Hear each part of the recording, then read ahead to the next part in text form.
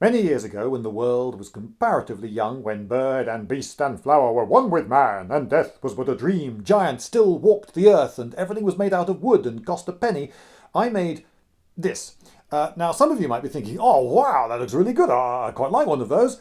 I could use it in my roleplay games. Well, yeah, do you though? Do you really? See, something like this takes flipping ages to make, and it took me ages to make this, and I've pretty much never used it.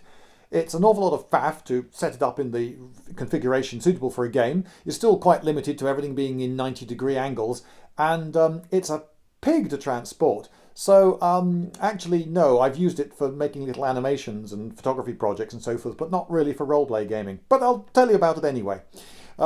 Each of the sections of wall comes out, and the little bits in between the floor sections, they come out too. So if you want to change things about, you could say pull out this wall and this archway and then swap them round, and so now the dungeon has a new layout. Peasy.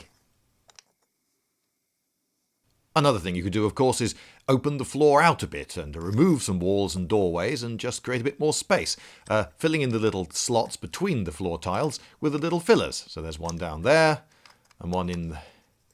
What? Oh, it's jammed. No, it's a tiny bit too white. I'll try another one. Nope, that one doesn't go in. Well, maybe if I try it the other way around. Right. Oh, it's dropped in sideways. Ah. I made it using the Prince August Dungeon Builder system, which may still be available, I don't know. And if it is, I'll stick a link on the screen. You could come up with something fancy of your own, every bit as good, I'm sure. And besides, making moulds is fun. The floor mould had two square sections and the slot fillers, one the length of one square and the other longer by the thickness of a slot filler. With this system you need two lengths of wall, the same lengths as the two slot fillers. Prince August, or perhaps it's Prince August, I don't know, did a double-sided wall in an unusual way with a thin plastic lid that put the texture on one side. You had to overfill the mould a bit and then squurge it on, a bit messy, but it worked.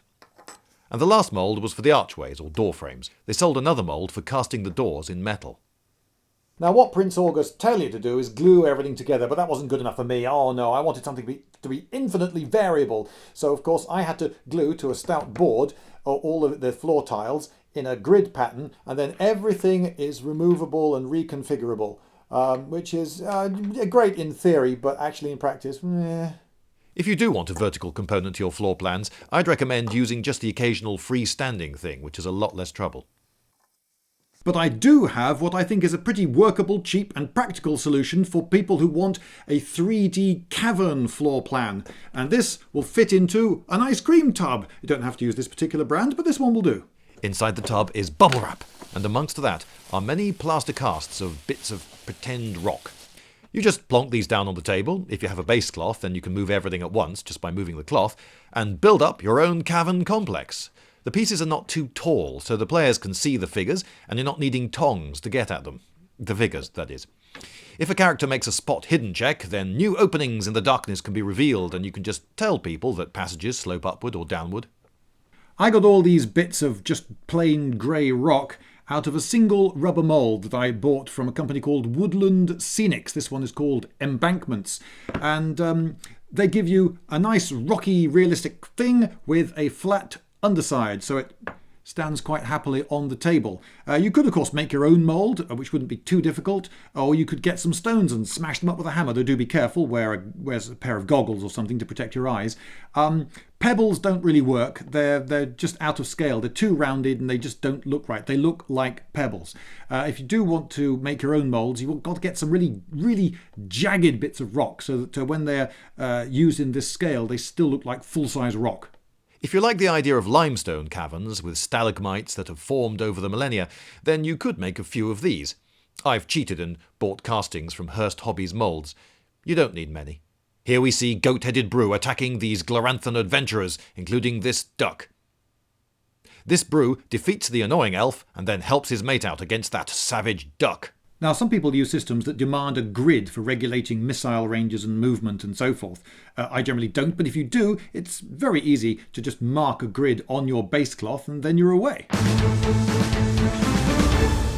But perhaps making 3D dungeon floor plans is still far too much work with all this moulding and plaster of Paris and painting and mess and fuss, bother and itch, and you've got to store it. Well, There is another solution, of course.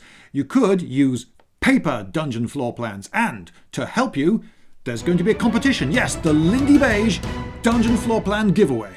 Yes, to enter the competition, or perhaps prize draw is more accurate, you just follow the link to the Gleam website and follow the instructions, which would doubtless flummox me, but you are young, web-savvy folk who know how to do these things. You type in your email address, and then you do things like tweet and share and what have you, and the more you do this, the more chances you have of being sent free stuff. There's not just one prize. Oh no, there are 26 of them up for grabs.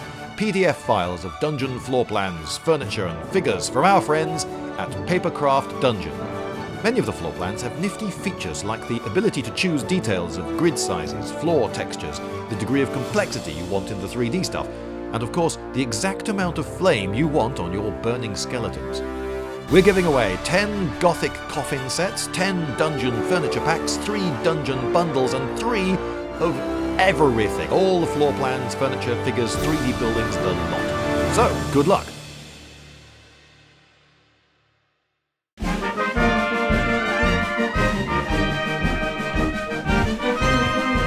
Lindy